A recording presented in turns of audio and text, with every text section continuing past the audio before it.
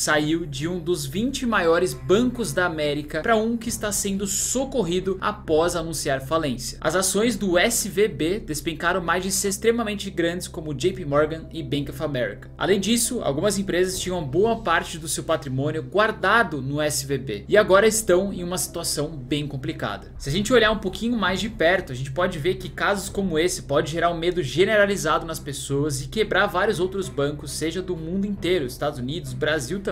Esse é o segundo maior caso de falência bancária da história nos Estados Unidos, ficando atrás apenas do Washington Mutual, que faliu na crise de 2008. Nesse vídeo eu vou te mostrar exatamente o que está acontecendo com os bancos dos Estados Unidos em geral e principalmente o Silicon Valley Bank, ou SVB. Ele era muito famoso por si só por dar suporte a empresas de tecnologia, principalmente empresas de médio porte ou startups, que são aquelas. Só para vocês terem ideia, 50% das empresas de tecnologia que fizeram IPO na Bolsa Americana no último ano tiveram relação com o banco SVB, a empréstimos, serviços de gestão e consultorias. Ele basicamente era o banco das startups e tudo estava dando certo nos últimos anos. Até por sinal, recentemente o banco ele estava comemorando o seu 5º ano consecutivo na lista da Forbes de melhores bancos da América. Porém, na sexta-feira, dia 10 de março, exatamente 4 dias depois, o SVB anunciou falência e o governo dos Estados Unidos assumiu o controle do banco. O real motivo dessa falência, vamos voltar para os anos de 2020 e 2021 rapidamente. O Banco Central dos Estados Unidos, que é o Federal Reserve, ele decidiu abaixar as taxas de juros para 0 em 2020 e manteve isso por 2 anos. Para complementar, o que triplicou. Com isso, tantas pessoas, tanto quanto os bancos, estavam cheios de dinheiro na mão. É bem interessante porque mostra pra gente a quantidade de depósitos comerciais nos bancos após 2020, quando a gente teve uma grande injeção de dinheiro na economia. Isso ficou muito claro aqui até comecinho de 2023. Isso significa basicamente que os bancos estavam com muito mais dinheiro e tendo mais dinheiro eles podem fornecer mais crédito, fornecer mais empréstimos. Eles vão emprestar para outras pessoas e outros bancos que também vão emprestar e assim vai indo. Pensa nos clientes deles, porque eles emprestam dinheiro para esses clientes, então eles têm que conhecer muito bem e confiar ao máximo. Que pode quebrar qualquer banco é a corrida bancária, é todo mundo querer sacar o seu dinheiro no mesmo tempo. E foi exatamente isso que aconteceu com o SVB. Os bancos em si, com tanto dinheiro principalmente, além de emprestar e gerar mais renda em cima disso, eles podem colocar grande parte em tesouros americanos, ou seja, diversificar um pouco dos seus ganhos. E se esses títulos do governo americano que eles compram forem levados até o vencimento deles, eles vão garantir ali o valor investido mais os juros pré-definidos. O SVB ele enxergou isso como uma oportunidade e alocou grande parte desse dinheiro em títulos públicos do governo. Só para vocês terem ideia, o banco tinha cerca de 91 bilhões de dólares alocados nesses títulos do governo americano. O problema é que grande parte desses títulos tinham vencimento só daqui 3 a 4 anos e as taxas de juros estavam fixadas em apenas 1,79%,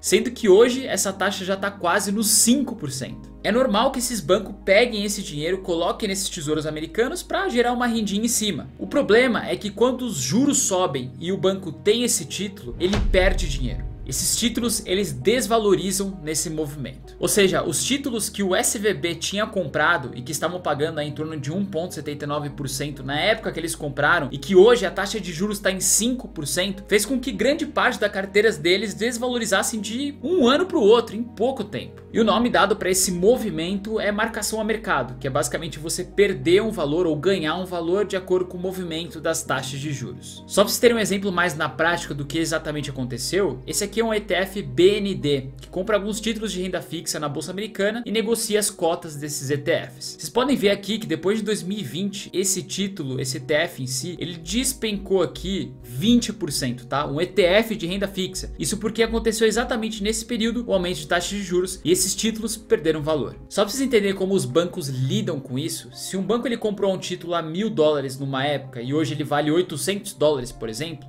isso é colocado no balanço e chamado de prejuízo não realizado, porque ele não vendeu aquele título ainda e não realizou o prejuízo. E entrando nessa parte de prejuízo não realizado, vocês podem ver que aumentou bastante esse valor mostrado nos valores financeiros de grandes bancos aí do mundo inteiro. Porque de fato esse é um efeito cascata que acontece para todos os títulos do governo, seja você que tem como pessoa física ou até mesmo para quem que tem como pessoa jurídica, como os bancos. Então basicamente o SVB ele acreditou fortemente que o Fed, que é o Banco Central Americano, não iria aumentar as taxas de juros tão cedo e apostaram grande parte das suas fichas, do seu patrimônio, do valor que tinham lá nesses tesouros americanos. E veio o Fed iniciando uma campanha agressiva de aumento de taxas de juros e o SVB ficou sem saída. De fato, numa posição muito perigosa.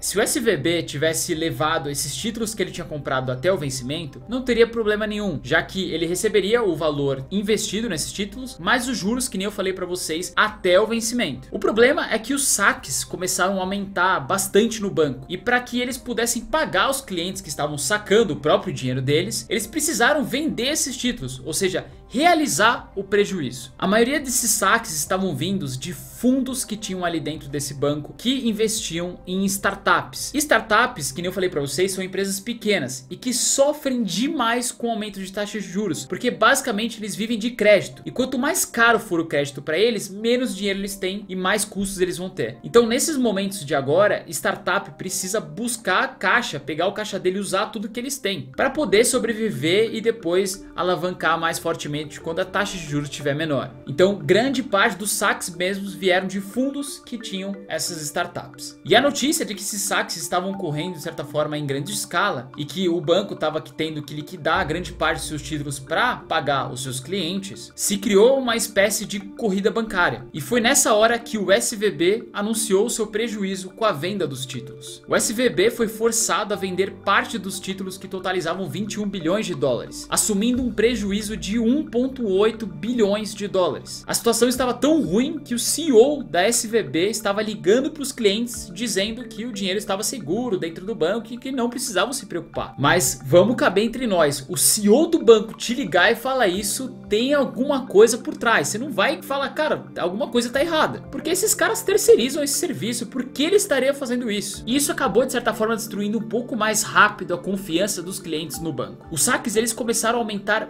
rapidamente, né? As pessoas começaram a falar um com as outras falando, pessoal, vai sacar porque parece que eles vão quebrar, não vai dar certo, eles não têm dinheiro para pagar. Então ficou aquela corrida de quem for o último fecha a porta aí, né? E o banco de certa forma não aguentou todos esses saques de uma vez só. E no dia 10 de março ele chegou a anunciar a sua falência, com suas ações despencando mais de 60% no único dia. E no mesmo dia os reguladores fecharam o banco e o FDIC assumiu o controle. Só para vocês entenderem rapidamente o que é o FDIC, ele é bem parecido com o FGC que tem aqui no Brasil. Ou seja, ele vai cobrir os clientes até 250 mil dólares caso aquele banco que eles estejam colocando o dinheiro deles venha falir. A notícia ruim é que apenas 2,7% de todos os depósitos feitos no SVB são de valores de até 250 mil dólares. Ou seja, a grande minoria seria coberta por esse seguro. Então, de certa forma, as empresas perderiam boa parte do seu patrimônio. E vendo que a situação ela seria tão ruim, o governo dos Estados Unidos decidiu intervir, garantindo de certa forma que os depósitos não cobertos pelo FGC seriam pagos por eles. Ainda não existe informação 100% concreta do que exatamente vai acontecer, mas aparentemente o Federal Reserve irá criar um programa de financiamento para todas as empresas que precisam desse dinheiro para manter suas operações, até que a situação seja realmente 100% resolvida. O HSBC, inclusive, chegou a adquirir o braço britânico do SVB por um valor simbólico de 1 libra. Nas palavras do CEO do HSBC, a aquisição faz um excelente sentido estratégico e amplia a capacidade de atender empresas inovadoras e de rápido crescimento para o seu portfólio. Então eles foram ligeiros ali, né? Viram que a base não ia para nenhum lugar e pegaram para eles.